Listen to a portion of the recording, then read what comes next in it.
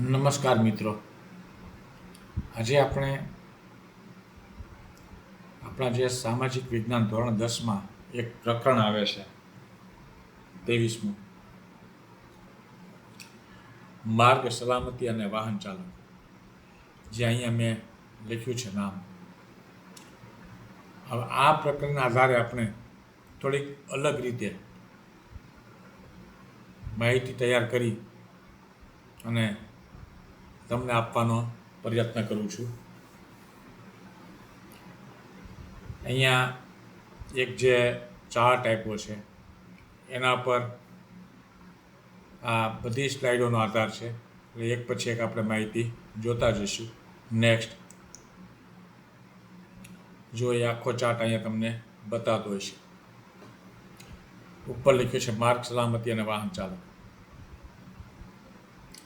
સુરક્ષિત મુસાફરી, માર્ગ સલામતી અને ટ્રાફિકના નિયમો.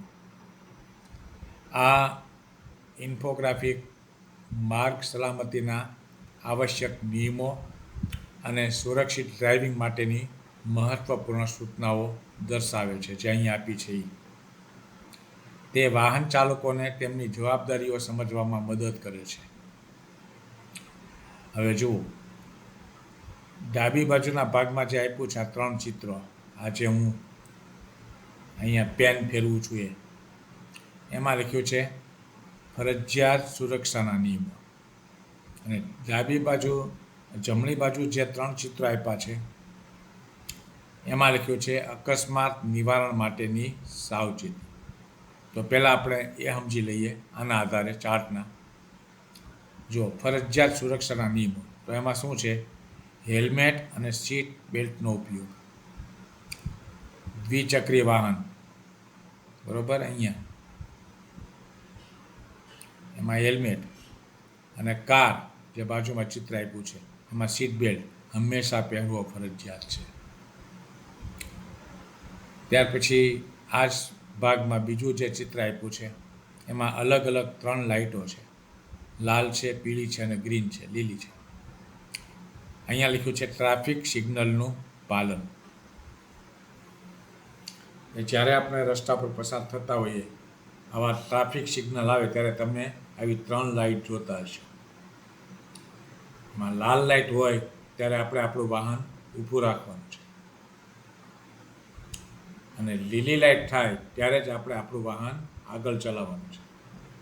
આ પીળી લાઇટ છે એ તૈયારી માટેનું છે કે હવે જવાની છૂટ આપશે.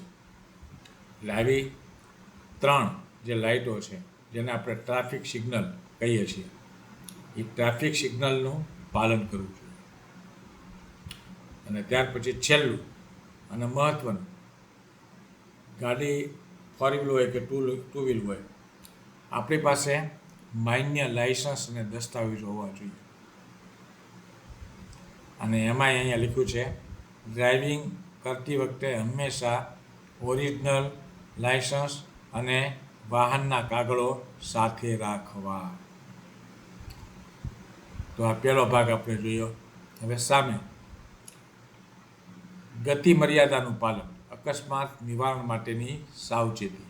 એમાં ગતિ મર્યાદાનું પાલન,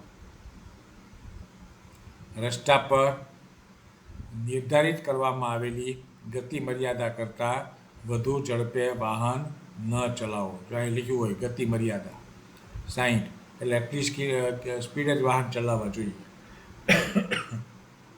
જે બધા નવા રોડો બને છે એમાં આ બધું હોય છે. પછી બીજું શું લખ્યું છે? ડ્રાઇવિંગ સમયે મોબાઈલનો ત્યાગ.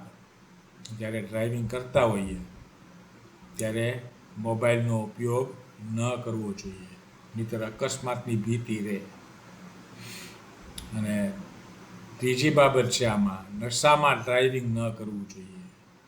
ઘણા નશો કરીને ડ્રાઇવિંગ કરતા હોય, પછી એને ખ્યાલ રહેતો નથી અને જબરજસ્ત અકસ્માતો એ ભોગ બને છે.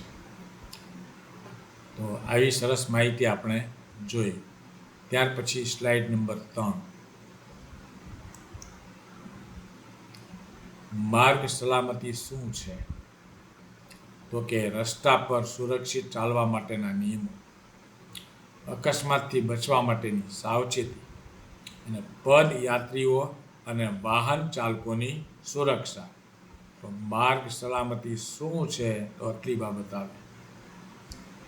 ત્યાર પછીની સ્લાઇડ અને એના નિયમો જુઓ. માર્ગ સલામતીના નિયમો: ટ્રાફિક સિગ્નલનું પાલન, ગતિ મર્યાદા જાળવવી, મોબાઈલનો ઉપયોગ ના કરવો, નશો કરીને વાહન ના ચલાવવું. તો આ માર્ગ સલામતીના નિયમો છે.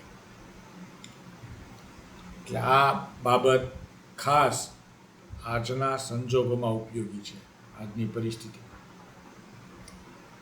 એટલા માટે સ્લાઇડ બનાવીને તમારી સામે મૂકી છે.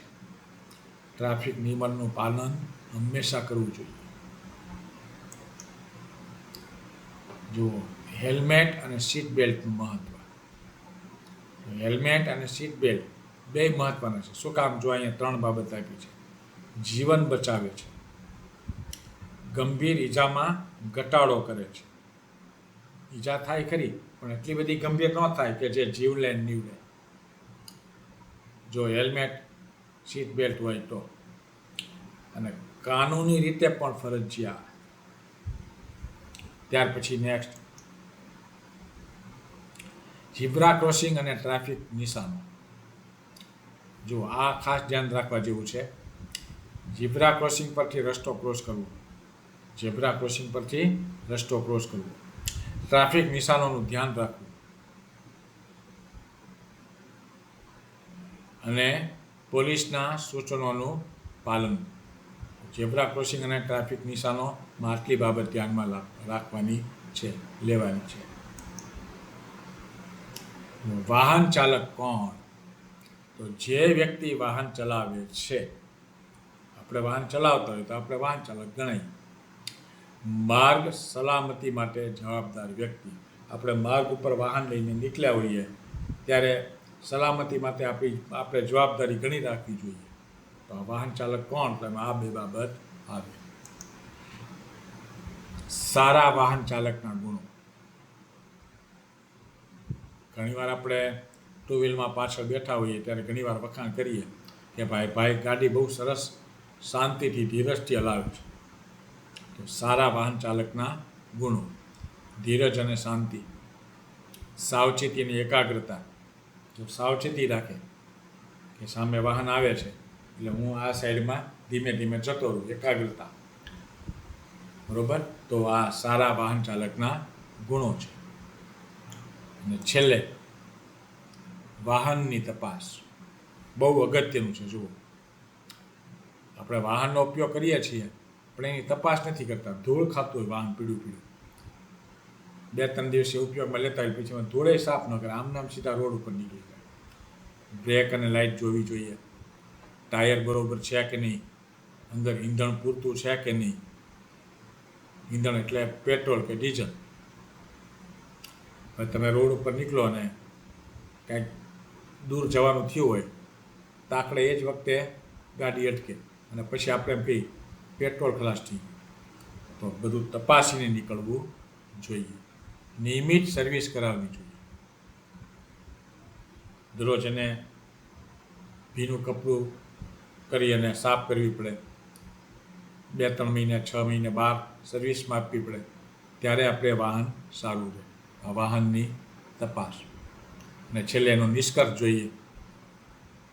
વિશેષ પરિસ્થિતિમાં સાવચેતી રાખવી જોઈએ. આ એક પણ બહુ મહત્ત્વની બાબત છે. વરસાદ હોય તો વાહન ધીમું ચલાવવું. ધુમ્મસની અંદર લાઇટો ચાલુ રાખવી કેમ કે સામેનું દેખાય નહીં કાંઈ. ઇમરજન્સી વાહનને માર્ગ આપવો. આ વિશેષ પરિસ્થિતિ. વરસાદ પડતો હોય ત્યારે ધીમું વાહન ચલાવવું. ધુમ્મસ જેવું વાતાવરણ હોય ત્યારે લાઇટ ચાલુ રાખવી એટલે સામેવાળાને ખબર પડે કે વાહન આવે છે. ઇમરજન્સી વાહનને માર્ગ આપવો. 108 જેવા જે વાહનો પસાર થતા ઇમરજન્સી, આ બધી સાવચેતી છે.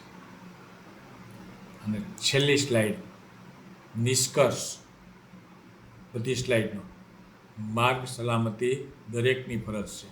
નિયમોનું પાલન એટલે સુરક્ષિત જીવન. જવાબદાર વાહન ચાલક બનો. આડેધડ ક્યારેય ઉપયોગ કરાય નહીં. તો તો અહીંયા આ માહિતી આપણે પૂર્ણ કરીએ છીએ. ધન્યવાદ.